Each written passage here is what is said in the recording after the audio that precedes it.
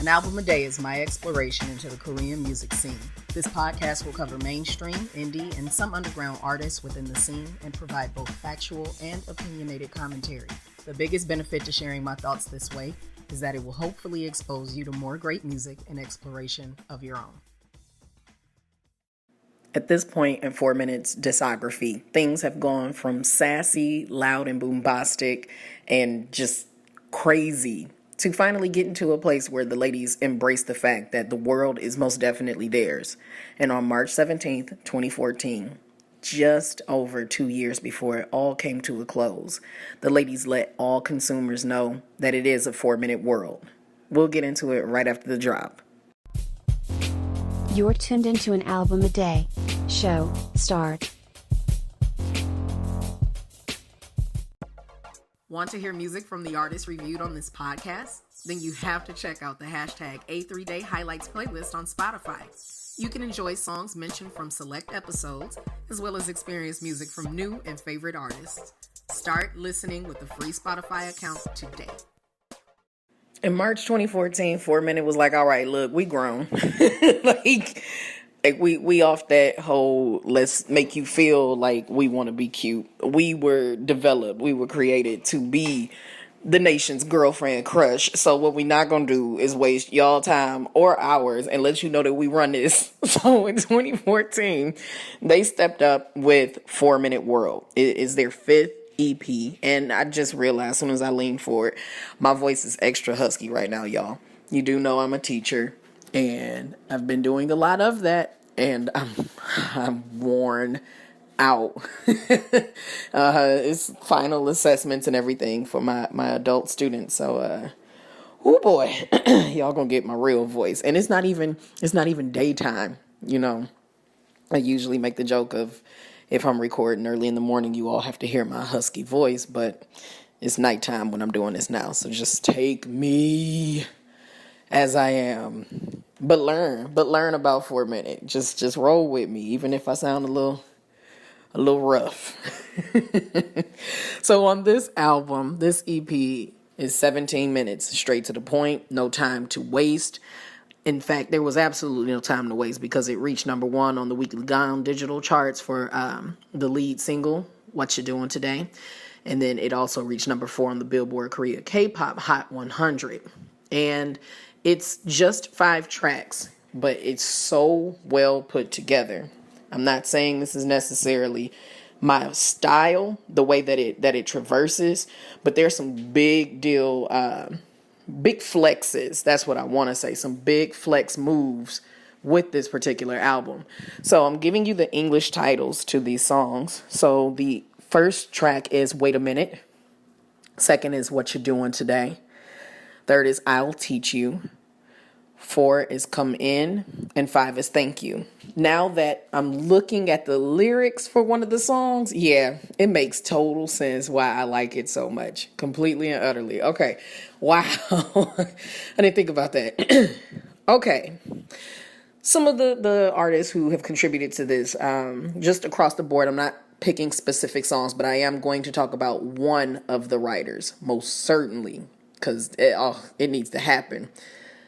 So many areas that this show can go into. I'm going to die. We're not going to do that. We're not going to worry about that. The podcast is going to do its best to just focus on albums and select special episodes. And the YouTube channel, The Great Moments, which is just slowly puttering on, will be where we expound on things. So mine is made up. That's my public and there we go. Yup. Told you everything. Okay, so some people who had a hand in this 2014 EP, you have M. Sang-hyuk, Daniel Caesar, Astro Z, Brave Brothers, of course, Sol Jae-woo, Park Soo-sok, Park Uno, who I'm going to just move over to the side right quick. That's not the person I wanted to specifically talk about, but some of you might be familiar with this particular artist. It's a female. She goes by the name Nunu. Like some of you might know about Bak Unu. And she's not that old either. She's a really good singer-songwriter and lyricist and whatnot. So I just wanted to make sure to kind of hit that. If you're familiar with Sonamu, BAP, Wonder Girls, all of that, like she out here, okay? Like she's proven it, she's bona fide. But that's not the one who like had me so excited to talk about. The one I really wanted to talk about, who wrote the standout song on this album, which is called I'll Teach You, Alyo Jolge. And that's just Ji-Yoon, and So-Hyun on that song. It's just three of them, and I mean, that bad boy goes. The person who had a hand in the lyrics, completely and utterly, like no questions asked, was Esther Naran-yoon, but some of you know her as Isna, and a lot of you were exposed to her via Mama Moo. That woman, that doggone Californian woman, can sing her behind off. Like, she's phenomenal. Oh man, she's a great singer and songwriter and composer, and her vocals are sickening, and man, she's good. She's really good, and we don't get enough from her. She's done 2 EPs from the past 5 years. Well, if we get to October of 2020 and she still hasn't released anything else, then there you have it, 2 EPs. But we're not talking about her just yet because she's a soloist with her amazing self. Good grief, she's amazing. Okay, anywho, back to this. I did mention Daniel Caesar. Some of you are definitely familiar with him. He's a Canadian singer-songwriter. Us over here in North America are kind of familiar with his name. That's his stage name, just in case y'all didn't know. Did y'all know his name is Ashton Simmons? Did you know? Anywho, Daniel Caesar has some hands in their intro track, Wait a Minute, in terms of music and arrangement. I was trying to put the word minute and a music together, and I just doing the most. So he was, a part of that. And that's really cool. There's someone also called Elephant Kingdom who had something to do with this album. Strangeness. But let me get into this lyricism, if you will. I've never said the entire time we've been enjoying their music that I was blown away by their vocals, but I am blown away by the delivery of confidence in this particular album. I'm not saying they weren't talking about relationships and all of that stuff beforehand. Yes, you heard me correctly. That was not a Freudian slip. And definitely not a Freudian slip. So we have songs on here this time where we have the women confidently telling you, hey, look, I don't think you know what I'm feeling about you. Quite frankly, I don't even know what I'm feeling about you. But you know what? You know what we're going to do? We're going to figure it out. Me, you, and the magic of us. Like, that's pretty bold. And then you have this R&B slow jam between Gayun and Hyuna, and we're basically declaring, my body ready. Are you ready? I'm like, sweet like custard. I don't know if that's the word choice that I would have gone with, but perhaps there's some grown symbolism in it. Like I don't know. I don't know, my guy. I don't know. But it's basically saying, hey, look, I've been holding out on this,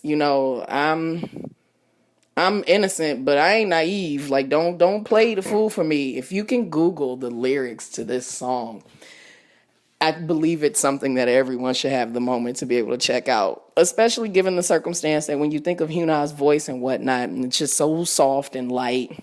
She has her sassy moments, of course. I'm a huge fan of that. But I just don't know how exciting it is to hear somebody with such a small voice telling me about what they think they gonna do. Like, what? Your voice ain't grown enough to have me thinking something about to pop off, and then here I come sounding like this. I'm about, come on, baby. Like, that's scary. Perhaps I should change my outlook. Now that I think about it, I could be scaring the hell out of some people. Lord, touch my vocal cords.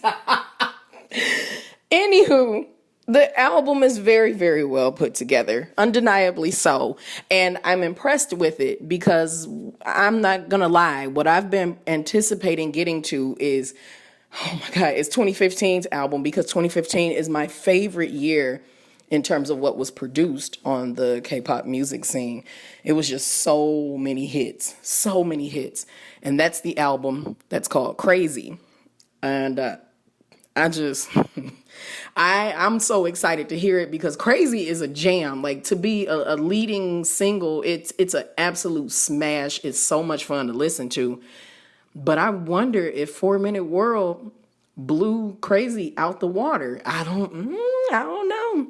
For it to be so short and so straight to the point, it's a serious win. So with that being said, K-pop fans, on a scale of 1 to 5, with 5 being essential listening and 1 not worth mentioning, the A3-Day ranking on this album is a 5.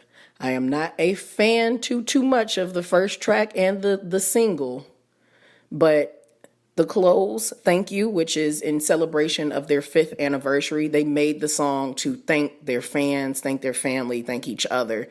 It's definitely wonderful. It really is. So check that out. Check that out, why don't you? And I'll catch you in tomorrow's episode. Bye, y'all. Your favorite foreign Korean music historian exploring all the industry from A to Z.